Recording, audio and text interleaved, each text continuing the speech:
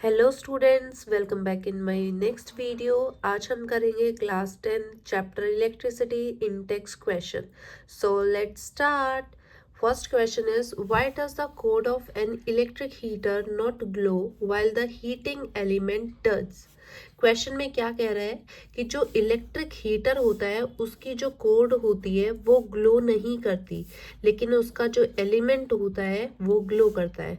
आपने देखा होगा इस तरीके से, ये एक हमारे पास क्या है, इलेक्ट्रिक हीटर, और उसमें इस तरीके से वायर लगी होती है। जब हम स्विच ऑन करते हैं तो ये जो वायर होती है वो हमें शाइन करती हुई दिखाई देती है, अंदर वाली वायर रेड कलर हमें इसका दिखाई देता है। तो ये जो हमारा हीटिंग एलिमेंट है ये हमें ग्लो करता हुआ दिखाई देता है, लेकिन इसकी जो कोड होती है, वायर हम जो लगाते हैं स्विच के अंदर, वो ग्लो नहीं करती है। क्यों, क्या रीज़न है? क्योंकि ये जो हीटिंग एलिमेंट होता है वो किसका बना होता है? अलॉय का बना होता है। ठीक है, अलॉय का रेजिस्टेंस क्या होता है? हाई होता है, इसलिए वो ग्लो करेगा। लेकिन जो कोड हमारी बनी होती है वो हमारी मेटल की बनी होती है। बेसिकली हम क्या यूज़ करते हैं? कॉपर या फिर एल्यूमिनियम इसके अंदर यूज़ करेंगे, तो इसका रेजिस्टेंस क्या होगा? लो होगा। इस वजह से ये हमें ग्लो करता हुआ नहीं दिखाई देता है। फिर से मैं रिपीट कर रही हूँ, जो इलेक्ट्रिक हीटर का कोड होता है वो हमारा मेटल का बना होता है। मेटल का रेजिस्टेंस कम होता है, इसलिए वो ग्लो नहीं करता है। लेकिन जो हीटिंग एलिमेंट होता है वो किसका बना होता है? अलॉय का। और अलॉय का रेजिस्टेंस क्या होता है? हाई, जिसकी वजह से वो हमें ग्लो करता हुआ दिखाई देता है। आई होप ये क्लियर हो गया आपको। नेक्स्ट क्वेश्चन करें। नेक्स्ट क्वेश्चन है, compute the heat generated while transferring 96,000 coulomb of charges in 1 hour through a potential difference 50 volt. पहले क्वेश्चन को समझते हैं। क्वेश्चन में क्या कहा है, क्या गिवन है? इसमें कह रहा है कि जब हीट जनरेट हो रही है तो कितने चार्ज फ्लो कर रहे हैं? यहाँ पे 96,000 कुलम चार्ज फ्लो कर रहा है। तो गिवन लिखेंगे, यहाँ पे चार्जेस दिए हुए 96,000 कुलम, और टाइम पीरियड यहाँ हमें कितना दिया है? 1 आवर टाइम पीरियड दिया है। और पोटेंशियल डिफरेंस V की वैल्यू दी है 50 वोल्ट। यहाँ पे क्या जनरेट हो रहा है? हीट। तो हमें क्या फाइंड आउट करना है? हीट। तो हीट के लिए हम क्या फॉर्मूला यूज़ करेंगे? H equals to VI T। अब देखो V की वैल्यू हमारे पास है, हमारे पास T की वैल्यू भी है, बट हमारे पास I की वैल्यू नहीं है।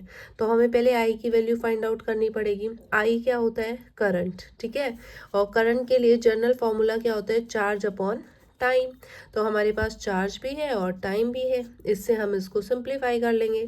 तो यहाँ हम रखते हैं फॉर्मूले में वैल्यू V इज़ 50, I की वैल्यू हम ये रखेंगे Q इज़ 96,000, टाइम यहाँ पे 1 आवर दिया हुआ है।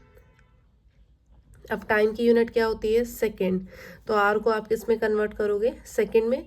तो 1 आवर में कितने मिनट होती हैं? 60, और 60 मिनट में कितने सेकेंड होते हैं? 60।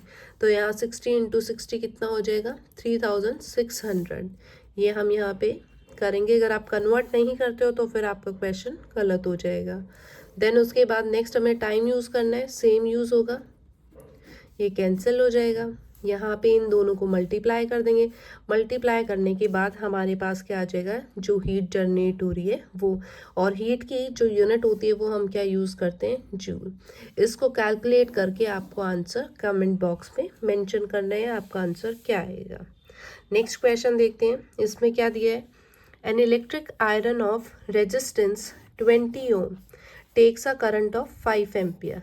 इसमें क्या कह रहा है? एक इलेक्ट्रिक आयरन है जिसका रेजिस्टेंस 20 ओम है और वो कितना करंट ले रहा है? 5 एम्पियर। तो calculate the heat developed in 30 seconds. तो हमें क्या निकालना है? हीट निकालनी है। 30 सेकेंड्स में वहाँ पे कितनी हीट फ्लो करेगी? तो हीट के लिए हम फॉर्मूला यूज़ करेंगे VI T। वी सबसे पहले गिवन लिखेंगे यहाँ पे, R is 20 ohm, I is 5 ampere and time is 30 second. अब देखो यहाँ पे हमारे पास सिर्फ क्या है? I की और T की वैल्यू है, V की वैल्यू नहीं है। तो हम यहाँ पे बेसिक क्या करेंगे? ओम्स लॉ अप्लाई करेंगे। V इक्वल्स टू क्या होता है? IR। I is 5 and R is 20, 25 से जब इसको मल्टीप्लाई करेंगे क्या आ जाएगा 100 वॉट। ये हमारे पास क्या आ गया पोटेंशियल। अब इसमें हम तीनों वैल्यू पुट कर देंगे। V की वैल्यू हमारे पास 100 है, I की वैल्यू हमारे पास 5 है और टाइम क्या है 30। इन तीनों को हम मल्टीप्लाई करेंगे तो यहाँ पे कितना आ जाएगा हमारे पास 15,000। क्या फाइंड आउट किया हमने जूल, सॉरी हीट। तो हीट की यूनिट क्या होती है जूल। आई होप आपको ये क्लियर हो गया होगा। अगर आपको कोई भी डाउट है तो आप कमेंट सेक्शन में लिख सकते हैं। Bye bye, till then enjoy this video and revise. मिलते हैं नेक्स्ट वीडियो में।